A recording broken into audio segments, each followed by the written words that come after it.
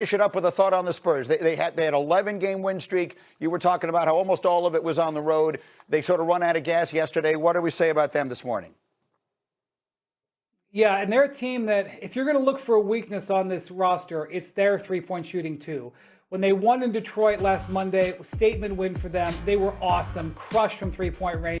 Yesterday, just 9 of 36. That's not going to get it done. And if the Spurs end up getting knocked out before the finals this year, I suspect it's going to be tied to three-point shooting. They're a bottom 10 three-point shooting team. They're top 10 in pretty much everything else with Victor Wembanyama. The Knicks got them on a day where they had their good stuff going and the Spurs did not. All right, I'm going to leave that there for the moment. We had lightning rod kind of comments from one of the NBA's biggest lightning rods that we will deal with a little bit later in the hour. But now back to the NFL. Time for some combine conclusions with Dan Orlovsky. And Dan, let's talk about QB2 in this draft. What is your conclusion about Ty Simpson? Yeah, clearly Ty Simpson is QB2, and I'm going to be very surprised if he's not at a minimum a top 15 pick. We're talking about a very natural thrower of the football. He's got great mechanics and feet. That was on display in Indianapolis this past weekend at the Combine. His tape before, a lot of variables and injury and whatnot, was phenomenal to start the season. I think there's a lot of teams that are going to be entertaining trying to get ahead of the Los Angeles Rams and selecting Ty Simpson. The Rams are at 13 in this draft. Peter, what are you hearing? You can go even higher than that. Cleveland at 6 is really interesting. His father, Ty Simpson's father, is a longtime coach at University of Tennessee Martin since 2006. Ty Simpson has had a football in his hand his entire life. You go to the new Browns coach, Todd Monken. He is a longtime college football coach. There's a relationship there. I am not tamping down 6 overall. Cleveland is a possibility. Looking at what Monken said at the Combine, saying it is an open competition for the quarterback position, and how well they drafted at positions other than quarterback last year, where they loaded up the roster. That's a possibility. He can go that high. Let's live here a minute. And yes, no team, or almost no team, got more out of their rookies last year. Patriots did as well, but got more out of their rookies last year than the Browns did. So they have a little bit of a building block kind of situation there. Where does it start? All right, so we'll all be doing, those of us who work on the draft broadcast. We know Mendoza is going to go 1, barring something unforeseeable happening between now and then.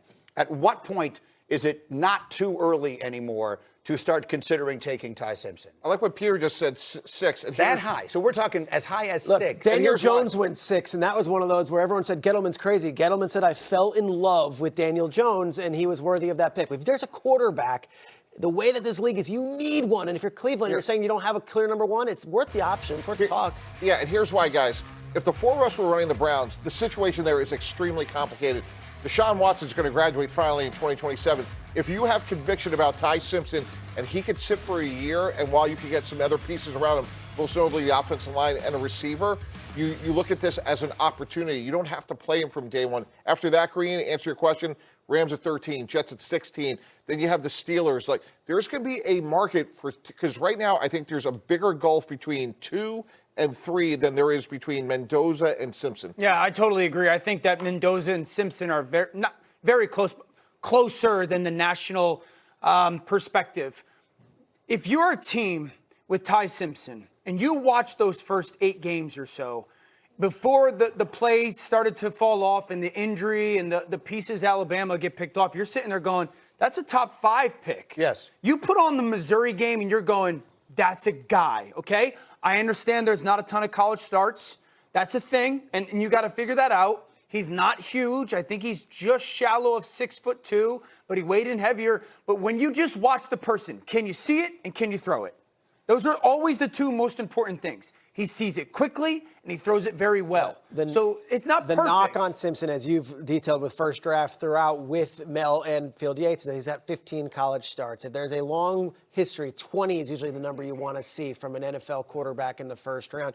You go through some of the names, Anthony Richardson, Trey Lance, the guys who didn't have 20 starts, they don't typically hit. Ty Simpson has 15, but really can't control that either. But the overlay with all these teams needing a quarterback desperately, that's why him going in the top 10 is very conceivable. And the only thing I would say in relation to the low college starts with some of the names that we've talked about is those were often athletic profiles that, okay, will develop the quarterback element of it. That's not Ty Simpson. It's a little bit of Mark Sanchez in his career, like who would draft him? Not a ton of starts, but like mechanically, pocket passer-wise, high end. Yeah, he was in college a long time. He's an older player, backed but up he Bryce didn't become Young. a starter. So, Yeah.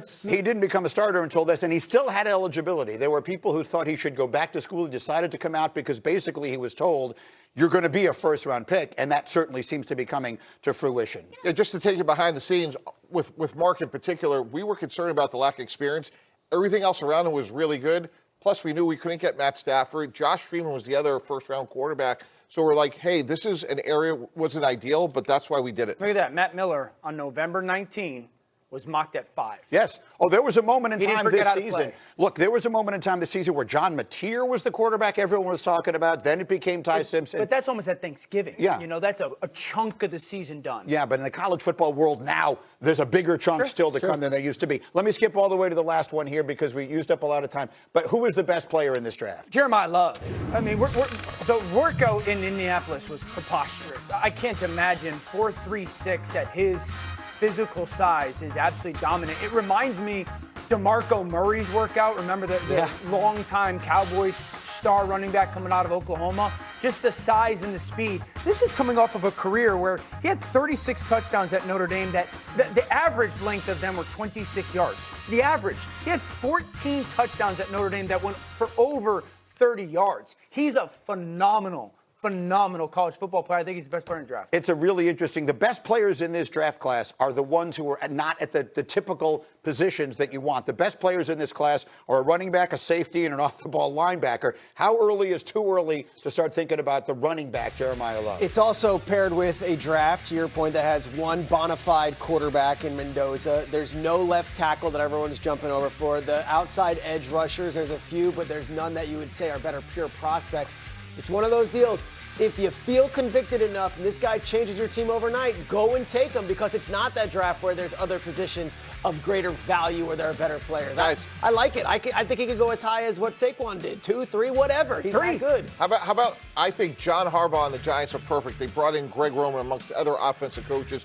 You want to make Jackson Dart a great player, you want to get the ball to Jeremiyah Love in space with long handoffs. And to me, as a new head coach in New York and you're trying to establish an identity, Jeremiyah Love to the Giants at 5 makes a lot of sense. I think 3 is in play. Arizona's picking at 3. Tennessee's at 4. Tennessee at 4. I think both of those teams are going to have to sit there and say, is there a better player? Is there a better player in this draft than this young man?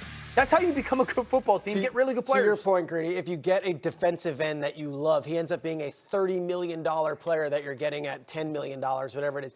Running back, usually 15 to 16. So it's a cost-efficient thing to take those positions, left tackle, corner, defensive end, quarterback. That said, there is a long history of top 10 running backs. Very rarely do you miss. Trent Richardson's the last one, and even he had a couple good years to start his career. I think Kansas City was a big loser this weekend because I think we all thought Jeremiyah Love to the Chiefs. I don't think They could trade up.